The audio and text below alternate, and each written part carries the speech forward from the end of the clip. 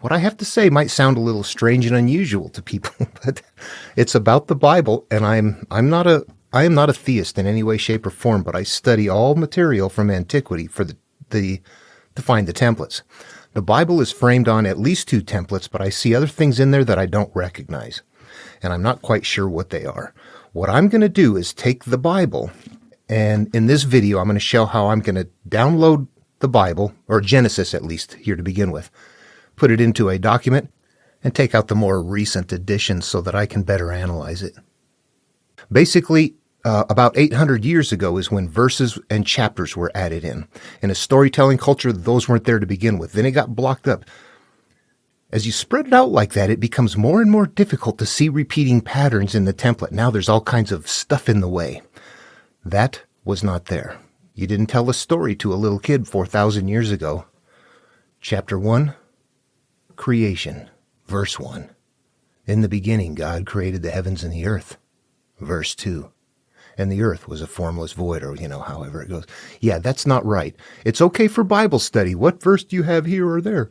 That's fine. But for a storytelling culture, and in writing, that's not how this was intended to be. This is intended to be a verbal story that you listen to and process. Then you read it and chop it up with a bunch of verses. I think that what is in there is hidden.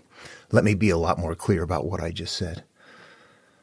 There are templates that are based on the human life that appear to emerge from many places in antiquity. And stories are built maintaining component parts outward on the story that maintain that template. All the stories are in myth and religions and whatnot, and guess what? How hard is it to see the templates already? They are obscured. They are hard to see already. There are people that do recognize component parts. Do we know those? Yeah, we see pieces and parts. But to do something like this further puts layers of obscurity. It puts like a sheer, another veneer in between us and our capacity to see what's going on. We're trying to read it in a flow. We have to see it mentally. So we have to remove everything that takes that flow out of the way. Okay, so here's what I'm going to do. First I go... Watch, I'll download the copies here, and then what you see is I'll paste it into a text document, and then I can come through here. You see where I'm just I'm just taking out the verses, getting rid of all of that. And as you move along, I'm going to break it down into sections. See here, I've got day 1, day 2. That's how they're meant to be broken out. The next thing I'm going to do is I'm going to change what they are. I look at these and I know what this is. This is first creation story. This is added in. I can see that. I'm already there. There's a second creation story down here, and they put a chapter break at day 6, between day 6 and day 7. They didn't put a chapter break in the right place. If you go through the Bible and look, you will see chapter breaks at the starting of everything. The story of Babylon doesn't start in the last verse of the previous adventure. It goes, it's right there. When you get to the creation right up there, yeah, there's 2 creation myths, but they didn't separate those with a chapter. They tried to obscure that. There's no doubt in my mind because everything else is so accurate. And actually, I just said that I know that for sure. I actually believe that. I would have to say that. I don't know that for sure. To me, the evidence points to it because of what I said. First of all, if you go through the Bible and you see, there's a story right there, and then there's a next chapter, then there's a story, then there's a next chapter. That is accurate throughout so far. There might be something else ahead that I haven't found yet. But you see that very accurate, except for right in creation, there's 2 creation stories, and it doesn't happen there. You will also see that as the verses are added in, think about doing this yourself. Say you got a big book of stories from antiquity, and there's no chapters or verses in them. There never has been. You at some point go, I think I'm going to add something into here for whatever reason. And why would you do that? And why would you take verses? And even in some cases, the verse starts at the beginning of a sentence. At other times, it starts somewhere in the middle of a sentence.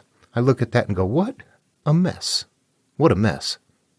I think that is intentionally meant to obscure templates. Watch what happens as I start lining things up. This is a quick glance of what's coming up ahead. This right here is as you start blocking things out and looking at stories and designating them with kind kind of a color code, I begin to see something in here. There's patterns that begin to emerge for me that help me look at them and determine what they are. As I move through the analysis, and I've got videos up on this and I'm still working on this, but what I've got identified here now as I break them out is that there are two myths that I find located in here. And right there, the one that is in orange, the full creation myth, top and bottom, goes from the first creation story up to where, just before Noah is called, right to where God says, I'm sorry I made the world. It's time to wipe it out. That right there is the creation myth. Then this next section that goes on is the self-healing myth, or what would be called the monomyth.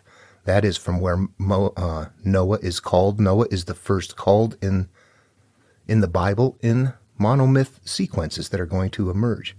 Okay, I won't get too deep into the patterns yet. I'm still working on getting the Bible ready. That's what this is. And as we move along, actually, what I'll continue to do is come up in areas like right here where I've got the breaks and identify what the section is. I highlight those more just to make it easier to see. I will also add things in based on what I see as the structure. For example, nobody in the Bible has identified that Noah has been called twice, and I see that. So I identify where those are.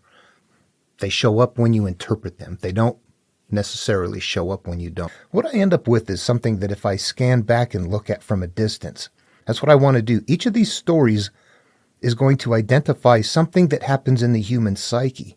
And as I start doing this, I can start blocking them out. Instead of reading the story, which keeps me trapped very close to the analogs, I interpret them, and then I step back and I realize that there is something hidden in the analogs, but then I can begin to see a sequence, and it begins to emerge as something like this.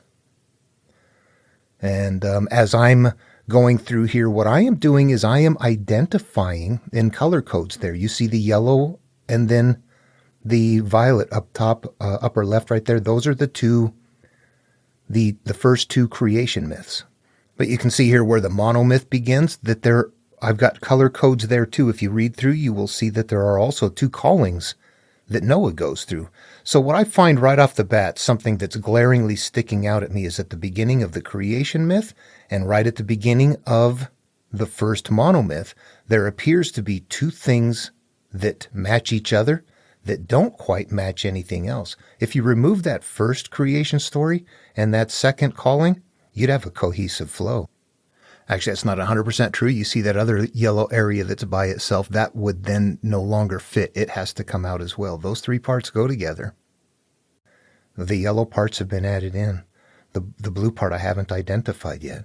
But this is what begins to happen, and the reason I'm going to make it, or work on the Bible the way that I am. And eventually, of course, it'll look like something, you can step back and scale from like this. And I'll just go in and color code as I get into each piece what they are. What is most likely going to occur is that we're going to have creation, and everybody gets to that. Then there's going to be a monomyth for self-healing, and then there's going to be a continual sequence of monomyths for self-healing that continue to emerge beyond that. That is the Hebrew version of reincarnation. The Hindu version of reincarnation says you're going to come back again and again, and you have an opportunity to purge yourself every time you come back for each life. And the way that that's held in analogous verbiage, that means every time you go in and resolve something, you just had a rebirth.